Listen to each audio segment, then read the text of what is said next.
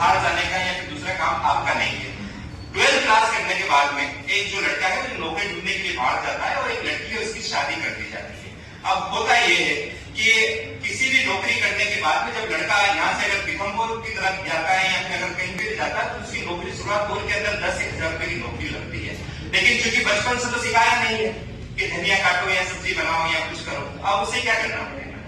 Tiffin लगाना पड़ेगा, है ना। वेतन कितना है? 10,000 रुपए वेतन है।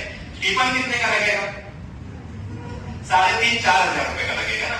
10,000 का मतलब 1/4 हिस्सा तो हम हमारे खाने के अंदर खर्चा कर रहे हैं, फिर केवल आना जाना वगैरह। फिर वो युवा क्या बोलेगा? नहीं नौकरी नहीं करनी, यही होगा ना। इसी को बोला जाता है शिक्षित बेरोजगारी, जिससे आज युवा जूझ रहा है, जिसको हम कहते हैं। लेकिन ये हुआ क्यों? क्योंकि बचपन से हमने उस जेंडर आधारित हिंसा की नींव रखी, जिसका परिणाम आज आपको दिख रहा है। इसी प्रकार से जब आप नाबालिग विवाह करते हैं, जब उम्र के 35 साल 30 साल बाद आप देखते हैं कि बीमारी हुई है, तो जब आप एमआरआई वगैरह कराएंगे तो डॉक्टर आपसे पूछेगा, जब आपको समझ में आता है कि उस चीज की अवधारणाएं क्या थी। और इस चीज को जानना जरूरी। मैडम बहुत अच्छी बात बोल रहे थे कि आपको पढ़ना बहुत जरूरी। देखिए, जब तक आप आपके राइट्स को नहीं जानेंगे, जब तक आपको पता ही नहीं चलेगा कि मेरे साथ में गलत हुआ है, तो उसको आप न्याय कभी मान ही नहीं सकते। हम ट्रेनों के अंदर देखते हैं, मेट्रो ट्रेन के अंदर देखते हैं कि वहां पे लिखा रहता है कि it's used for only for womens, है ना। लेकिन वहां पे पुरुष बैठे रहते हैं और फिर महिलाएं नीचे बैठी रहती है। क्यों अपना राइट्स नहीं मान पाई? क्योंकि उन्हें पता ही नहीं है कि ये सीट मेरे लिए रिजर्व है। कई बार आप एग्जामों के अंदर देखते, टिकट विंडो के ऊपर देखते, हम महिलाएं अधिकार ही नहीं मांगती, क्योंकि उनको पता ही नहीं है कि मुझे कहां पे अप्रोच करनी है। वो न्यायालय के विभाग तक नहीं पहुंच पाते, पुलिस की दहलीज तक नहीं पहुंच पाते। इसी से आधारित होती है जेंडर आधारित हिंसा, जो हम असमानता की बात करते हैं। और ये जितना जानना लड़कियों के लिए आवश्यक है, मैं समझता हूं उससे कहीं अधिक जानना पुरुषों के लिए भी आवश्यक है। क्योंकि जब हम स्टडी के अंदर देखते हैं तो ये बात समझ के अंदर आती है कि हर एक महिला को टॉर्चर किया जाता है कि तू लड़की को ही जन्म दे रही है ना। और एक खुद लड़की होगी भी यही कामना करती है कि मुझे लड़की मत होना, मुझे लड़का हो जाना। और कई बार ऐसा देखा जाता है कि वन स्टॉप सेंटर पे तो खूब ऐसे मामले आते हैं, और न्यायालय के अंदर भी खूब ऐसे मामले आते हैं कि लड़कियों को फिर मारा जाता है, या फिर कई बार तलाक दे दिया जाता है, दूसरी शादी कर ली जाती है, तीसरी शादी कर ली जाती है। ये सब क्यों होता है? अज्ञानता के कारण। क्योंकि आप बायो के स्टूडेंट है तो इस चीज को जानते होंगे कि हमारे शरीर के अंदर जो डीएनए होता है, जो गुणसूत्र होता है, XX जब मिलते हैं तो लड़की होती है, और जब XY मिलते हैं तो लड़का होता है।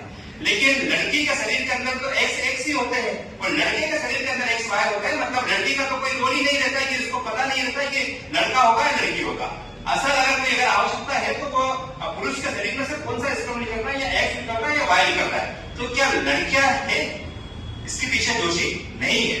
लेकिन हम इसको टॉर्चर करते हैं, हमेशा लड़कियों को टॉर्चर किया जाता है कि इस आधार में। लेकिन ये सारी चीजों की हम बात जब करेंगे जब हमको उतना पता होगा। इसके लिए अवेयर होने के ऐसे कार्यक्रम हम इसके लिए कर रहे हैं, जागरूकता कार्यक्रम। इससे बात करें, देखिए बहुत अच्छी बात है।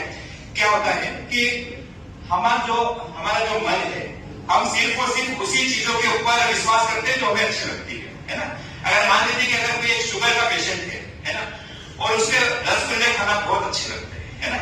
लेकिन अब 9 डॉक्टर, अगर 10 में से अगर 9 डॉक्टर ये कह रहे हैं कि नहीं आप तो रसगुल्ले खाइए, है ना, मत खाइए, रसगुल्ले मत खाइए, इससे आपकी शुगर बढ़ जाएगी। लेकिन एक डॉक्टर ये कह रहे हैं नहीं भाई साहब आप तो खा सकते हैं, कोई समस्या नहीं। कौन सी बात को मानेगा? एक बना। ये होता है बायस सिस्टम, है ना। हम अगर आप जिस प्रकार से अगर आपने धारणा बना रही है, अगर आपके मन के अंदर ऐसा लगता है तो वो साइंटिफिक तौर पे भी उपयोग होता है, और वही चीज आपके मन के अंदर बैठती जाती है और वो सारी चीजें होती है। तो आपको क्या करना है कि जरूरी नहीं कि जो चीज आपको अच्छी लग रही है वो वास्तविकता के अंदर भी अच्छी हो, है ना।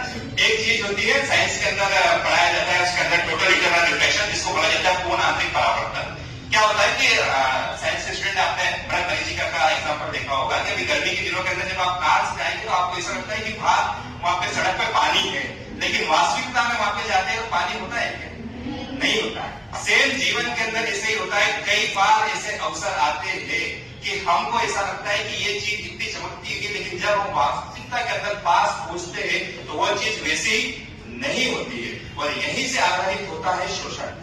जरूरी नहीं है कि जो व्यक्ति आपसे फेसबुक पे बात कर रहा है असल के अंदर उसका नाम मोहन है, तो वास्तविकता के अंदर आप मिलने जाएंगे तो उसका नाम मोहन ही होगा, नहीं होगा। कई बार आप साइबर फ्रॉड के अंदर देखते हैं तो इसी चीज का शिकार होता है कि मैं तो 6 महीने से मोहन से बात कर रही थी, देखा तो वो तो कोई 45 साल का व्यक्ति है जिससे मैं मिलने पहुंची थी, वो मोहन नहीं था, वो कोई और था।